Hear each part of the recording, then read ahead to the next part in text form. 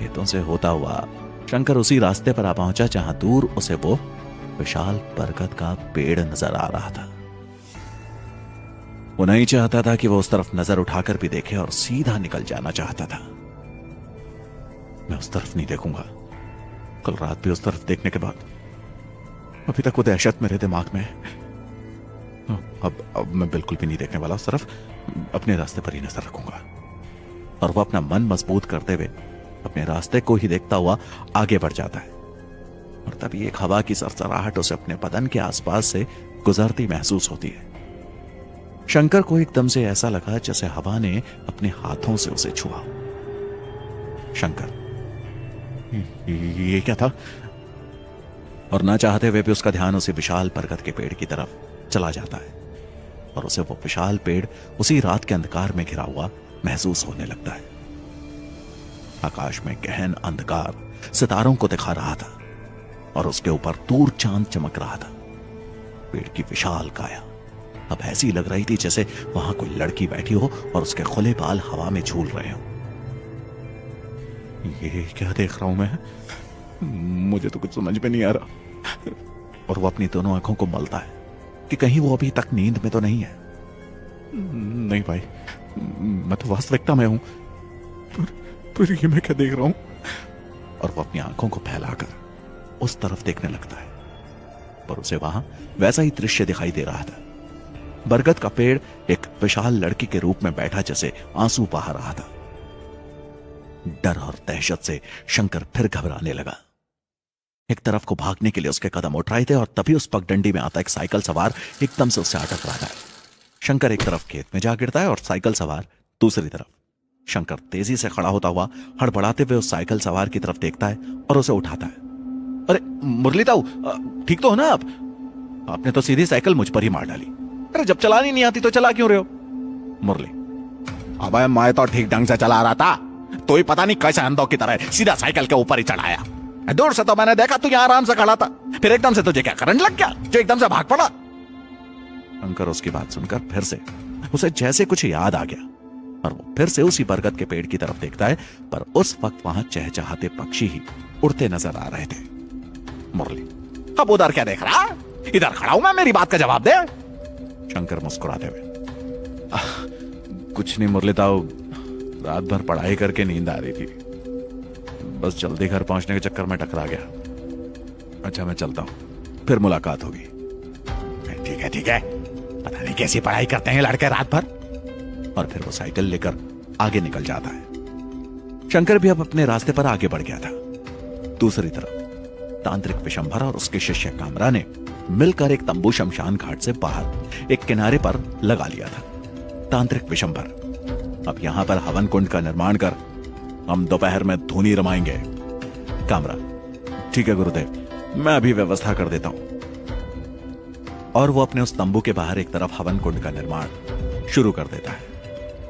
गांव के लोगों की नजर भी अब इन दोनों पर पड़ गई थी और देखते ही देखते इसकी जानकारी गांव के कुछ चुनिंदा लोगों के पास भी पहुंच रही थी।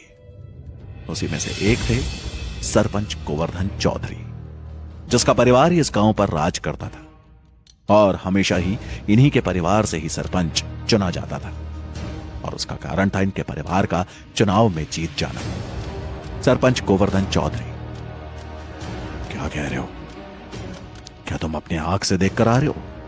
जगन, जी सरपंच साहब, आपसे मैं कोई झूठ थोड़ी ना बोलूंगा, जो देखा है वही बता रहा हूं। सुबह जब मैं खेत से लौट रहा था तब देखा मैंने शमशान के बाहर तो तांत्रिक अपना तंबू लगा रहे।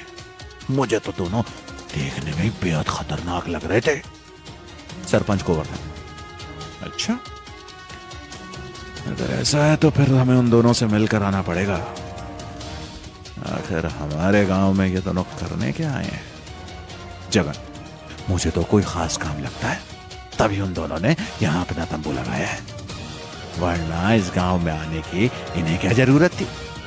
कुछ तो कारण अवश्य होगा। सरपंच गोवर्धन, अच्छा अच्छा ठीक है, हम दोपहर बाद उनसे मिलने जाएंगे। दोपहर बाद आ जाना। जगन, ठीक है चौधरी साहब, दोपहर बाद आ जाऊंगा। अच्छा अब चलता हूं। और वहां से निकल जाता है। उसके जाने के बाद सरपंच गोवर्धन अपने झूले में बैठे गहरी सोच में डूबे हुए थे। क्या वजह है इस तांत्रिक के हमारे गांव में आने की? पिताजी एक बात कहते थे, मुझे वो बात याद आ रही है। पिताजी ने तो यही कहा था मरते वक्त, जब इस गांव में एक बड़ा तांत्रिक आएगा तो यहां ढेरों समस्याएं जन्म लेंगी। तो क्या पिताजी की बात अब सच होने वाली है? क्या हुआ सरपंच साहब, किस सोच में बैठे हो? लो अपनी चाय पकड़ो। और उन्हें चाय का कप पकड़ाती है। सरपंच, बैठो बिमला, सुबह सुबह आज बेहद बड़ी खबर मिल गई है। क्या कहा? बड़ी खबर? ऐसी क्या खबर मिल गई जिसने सुबह सुबह आपको ऐसे सोचने पर विवश कर दिया और चेहरे पर चिंता की लकीर आ गई? और उनकी तरफ हैरानी से देखती है। आज से 20 साल पहले जब बाबूजी गुजरे थे तो मुझे कुछ बता कर गए थे, और आज वही बात असलियत होती नजर आ रही है। उसकी पहली कड़ी अभी जगन मुझे बता कर गया है। बाबूजी ने क्या कहा था 20 साल पहले? आपने ये बात मुझे कभी नहीं बताई। बाबूजी ने कहा था कि वर्षों बाद इस गांव में एक तांत्रिक का पदार्पण होगा, और उसके बाद इस गांव पर मुसीबतें टूटेंगी। तो क्या इस गांव में कोई तांत्रिक आ पहुंचा है? हाँ, जगन यही बताने आया था। शमशान घाट के पास 2 तांत्रिक अपना तंबू लगा रहे हैं। अगर बाबूजी ने ऐसा कहा है कि तांत्रिक के आने से समस्या आएगी, तो अब आप जाइए और उस तांत्रिक को इस गांव से बाहर कर दीजिए। उसे यहाँ रुकने के लिए मत कहिए। जाइए आप, सबसे पहले यही काम कीजिए।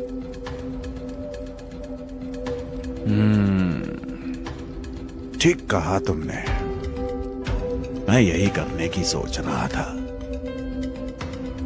पर डर भी लग रहा था कि कहीं वो तांत्रिक नाराज होकर कुछ बुरा ना कर जाए हमारा। तब क्या होगा? अरे तुम ऐसे मत डरो। 8-10 आदमी लेकर जाओ और उसे मार पीट कर यहाँ से भगा दो, वरना एक बार वो तांत्रिक यहाँ जम गया तो फिर वो हटाए नहीं हटेगा। अच्छा तो यही है कि शुरुआत में ही एक्शन ले लिया जाए। ठीक है, मैं गांव के सभी लोगों को लेकर जाता हूँ और उनसे प्रार्थना करता हूँ कि आप हमारे गांव से चले जाइए। शायद वो सारे गांव वालों की बात मानकर यहाँ से चला जाए, और अगर नहीं गया तो फिर दूसरा रास्ता अपनाएंगे, उसे जबरदस्ती यहाँ से भगाने का। ठीक है, तुम्हें जो अच्छा लगे वो करो। ये कहकर विमला वहां से उठकर चली जाती है और सरपंच अपनी उधेड़बुन में लग जाते हैं। दूसरी तरफ शंकर अपने घर पहुंच चुका था और उसका मन किसी भी काम में नहीं लग रहा था। रह रहकर रात वाली घटना और अब सुबह उसने जो देखा, वो सभी दृश्य उसकी आंखों के सामने आ रहे थे। शंकर अपनी मां श्यामा से, मां, क्या आपने कभी उस बरगद के पेड़ को देखा है? कैसा नजर आता है आपको?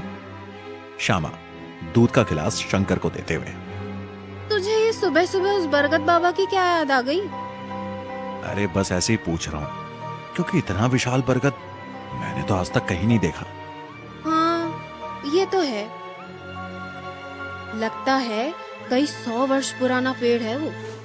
पता नहीं कितनी पीढ़ियों ने उसे देखा होगा, और अब तुम भी देख रहे हो। फिर तुम्हारे आने वाले बच्चे भी उसे देखेंगे और फिर वो जोर से हंसती है। अरे छोड़ो माँ, आप भी अभी से मेरी शादी की बात करने लग जाते हो। तेरे पिताजी तेरे लिए लड़की देख रहे हैं, समझा? शायद पड़ोस के गांव में तेरा रिश्ता हो जाए। क्या कह रही हो माँ? अभी मैं सिर्फ 18 साल का हूँ और आप मेरी शादी की बात कर रहे हो। पहले मेरी पढ़ाई तो पूरी होने दीजिए, कुछ काम वाम करने दीजिए, उसके बाद ये बातें करना। ये बात तू अपने पिताजी को समझा। उन्होंने तो साफ कह दिया है, शंकर इस घर का इकलौता लड़का है और उसकी शादी हो जानी चाहिए। पर गवर्नमेंट ने तो शादी की उम्र ही 21 साल रखी है। कम से कम 2 साल तो और रुको, वरना पुलिस वाले उठा के ले जाएंगे पिताजी को।